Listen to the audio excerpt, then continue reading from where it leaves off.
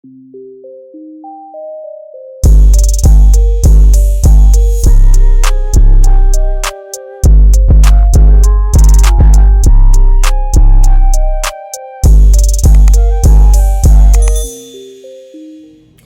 everybody, welcome back to my channel. If you're a returning viewer, thank you so much for coming back and watching my videos. I really appreciate it. I would love you guys' support if you could hit that subscribe button and give this video a thumbs up.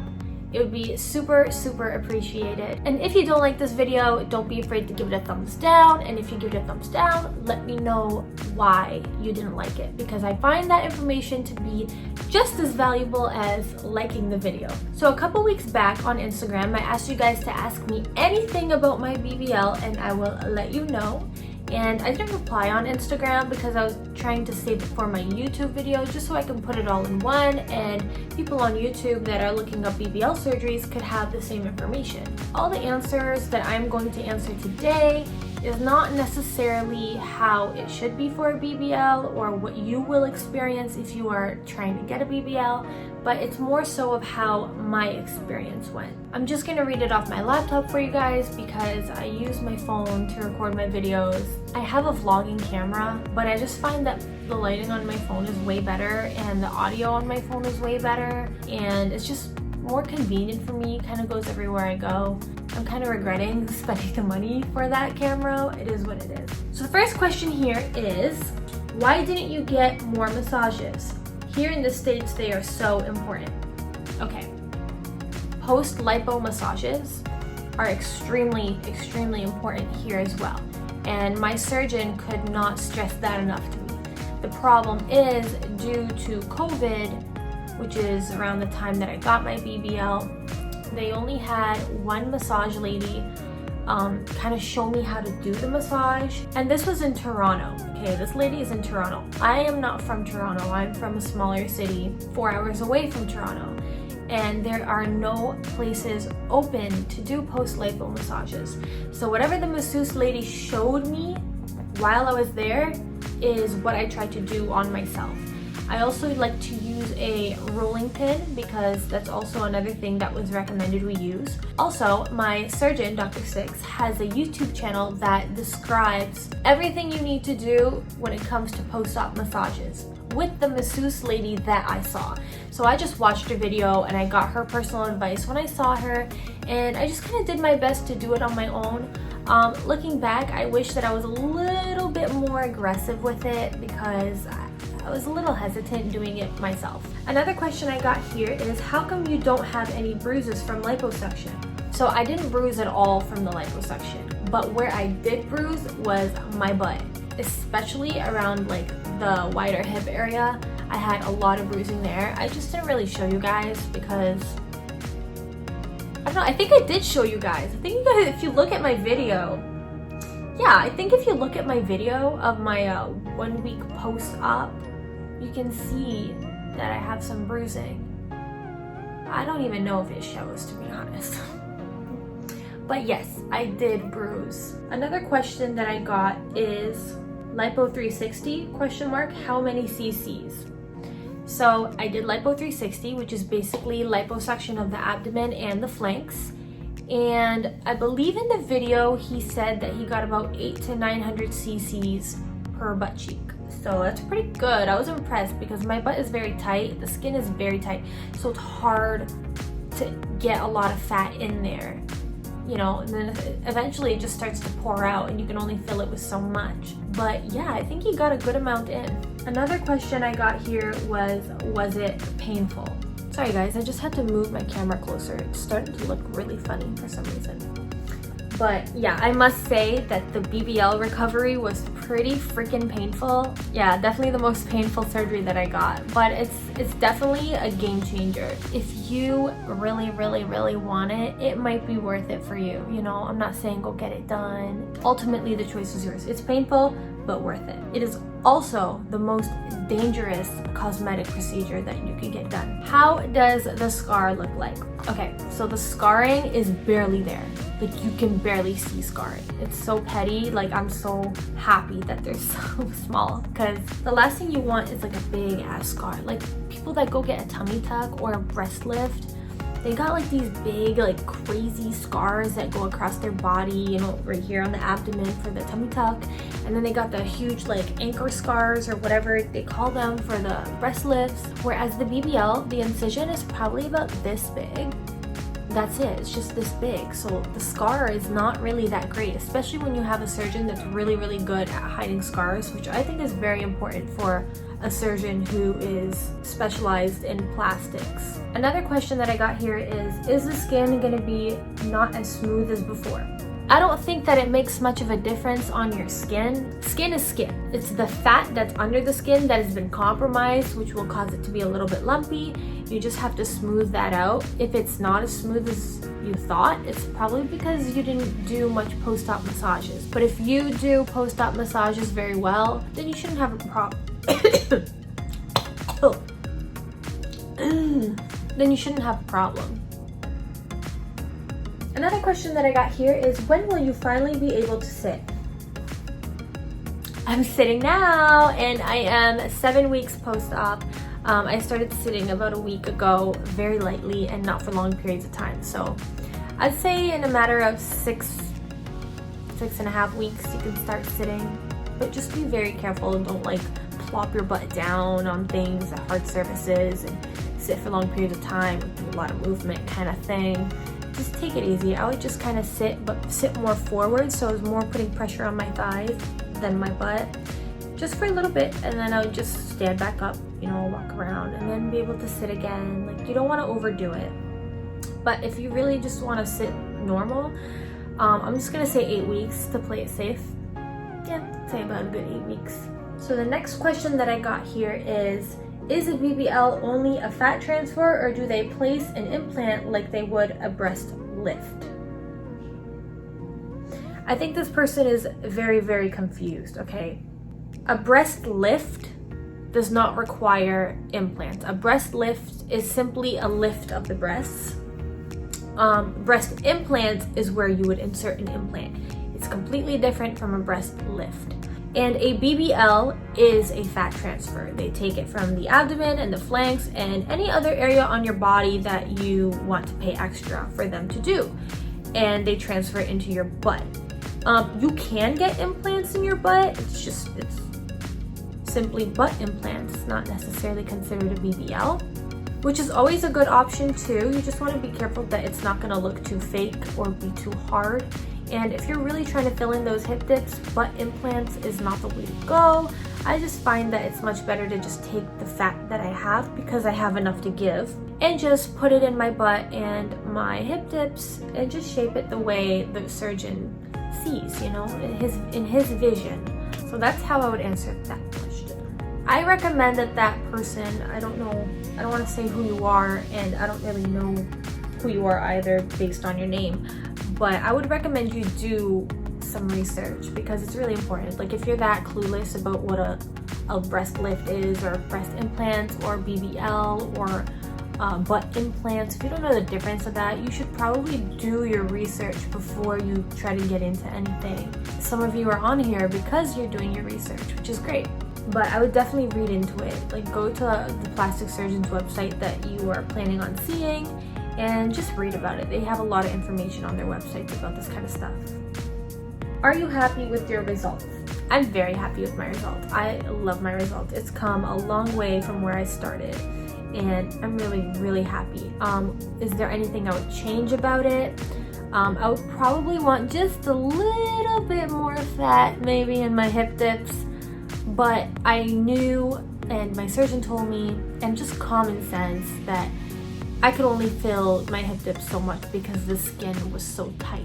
You know, like, you can only fill it so much. And not just that, but 40 to 50% of the fat dies as well. So you're not gonna get these wide Instagram model fake looking type hip dips. I mean, I'd just stick to Facetune. No, I'm kidding. I would probably just have a little bit more fat in my hips. But You know, you can't be picky with this kind of stuff. You just got to be grateful from where, you know, you started out and where you are now. You can't be too picky. It's just not realistic. What was the pain level for it? So from 1 to 10, 10 being the worst, I'm going to say sometimes a 3, sometimes a 7, and sometimes a 9.5. Okay, it's all over the place. It's like an emotional roller coaster of pain, and I wish you luck. I do. I really wish you luck. It's a lot. I'm not trying to scare you, but I'm just letting you know it's going to be painful.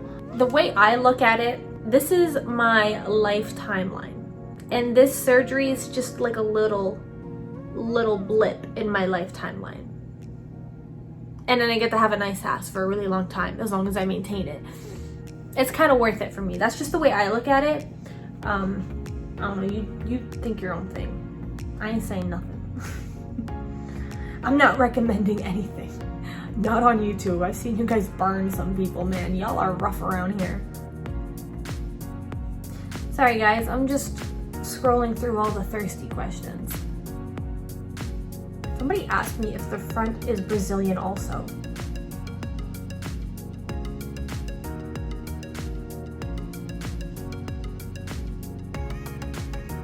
What the hell do you want me to say to that? What does that even mean, is the front Brazilian? Another question I got is, when can you twerk again? I can twerk now, and I'm like 7 weeks post-op. I just don't twerk as hard. Like, don't throw it too hard, you know? Just a nice little twerk. No, thing. Yeah, no, okay. I don't recommend twerking after surgery. You guys are killing me. Another question that I got here is, how was the pain? You already know. And since recovery, is anyone helping you out, or you're on your own? For the most part, I've had help. Yeah, I would really recommend you get good help. But I'm very much fine on my own now, to be honest. I've been fine on my own for the past maybe 2-3 weeks. Yeah, 2.5 weeks. For how long do you have to roll yourself? I'm assuming you're talking about the dough roller that I use on my belly. For as long as you have to do post-op massages, really. Another question that I got was, does it jiggle when you walk? Yes, it still jiggles when I walk. It's not rock hard, you know, like you'd normally think that a fake butt would be at all. It's just my own fat, guys. It still jiggles. So whatever you feel when you grab your belly that has fat on it, or when you grab your butt that has fat on it, it's literally going to feel the same when you take the fat from your belly and put it in your butt. It's still gonna be jiggly once it starts to heal. When I wear a dress, it jiggles a lot. And the number one question that I got on here over 1 million times was, how much does it cost? How much did you pay for it? Did it cost an arm and a leg? And I haven't really answered to anybody how much it costs necessarily, because I don't want you guys to think that it is a one-time fee and then you're done. There's a lot more to it. So I got my calculator here because I'm really bad at math. And I'm going to explain the costs to you. Now, these aren't all exact prices because I couldn't find and calculate all the exact prices in such a short period of time, but it's a range of what to expect. So when I did my consultation, it costed about $3,000 just to secure my spot for surgery, plus $13,129 for my surgery. Now that $3,000 deposit goes into the $13,129 for my surgery. So that includes the cost of the BBL plus the extra that I paid for the ab etching, which is just to contour your stomach so it looks more like a natural shadow. So for the supplies that I had to pay for this surgery just to help me with post-op care, it was about $1,200 rough estimate, plus the prescription that your surgeon sends to your local pharmacy that you have to pick up was around $280 for me because I'm not covered here. Plus the hotel that I paid for to stay in costed me, I'm not sure, I'm gonna say roughly about, just to play it safe, I'm gonna say about $1,000. Okay, so let's not forget about the food that we had to pay for while we were there. So we paid probably about $500 on food. So that brings the estimated grand total of everything to $19,109. So you want a good BBL with a good surgeon, I highly recommend you save a good 20 grand. Some places cost more, some places cost less. You need to be extremely responsible with who you're going to see. You want a discount, go get a discount on some shampoo or a pack of Q-tips or, some steak on sale. But if you are having someone cut up your body and compromise it, you don't want to just pay anything just to get a good deal. Like, you want someone who is top shelf quality. I'm just saying. So now it's time for the big reveal. I'm not going to show you me in a bikini or anything like that because I don't want to. I'm not comfortable doing that just yet. But I will show you what it looks like in a simple black dress. Okay, so this is what I look like on the side. As you can see, he gave me some nice curves. I'm really happy with it. I'm not wearing a bra, I'm not wearing any panties, I'm not wearing nothing. I'm not even wearing my faja. I'm actually gonna put it on after this. I just wanted you guys to see what it looks like, kind of thing. Okay, and this is the side view. The other side. This is the back.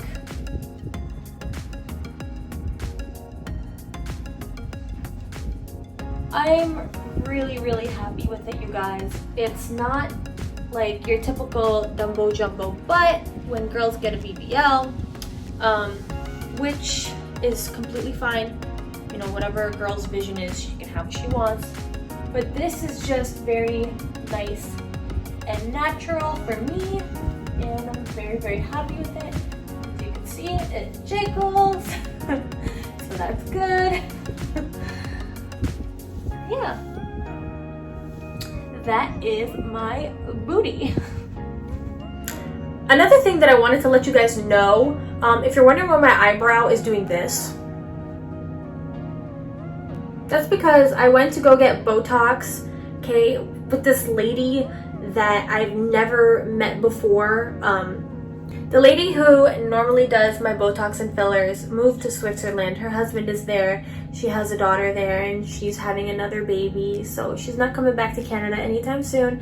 So I was finding a new Botox lady, and I found this lady who did a great job on my Botox and fillers, except for this eyebrow. This was 2 weeks ago. I came back and she said she was going to fix it, which she supposedly did fix it, but clearly it's still there. So hopefully that gets situated soon. If you're wondering why my eyebrow is looking real funky, that's why it happens.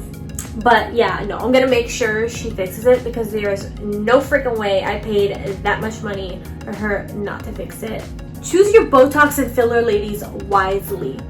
Alright everybody, that is all the time I have for today's video. Thank you so much for watching. If you have any other more questions that I didn't receive or that I didn't answer quite clearly to you, feel free to comment down below. I answer most of the people that comment on my videos. I don't have that many subscribers, so I do have time to answer your questions. So feel free to ask me. Don't be shy. I'm very friendly. And thank you so much for supporting me through this whole journey. It's been so fun. I'm almost ready to go back to the gym. I cannot wait for that because I'm not there yet. I have so much more personal goals when it comes to my health that I want to get to. If you liked watching this video, please subscribe to my channel, hit that bell notification, and give this video a thumbs up. And don't forget, be extra nice to yourself today. Mwah. Bye guys.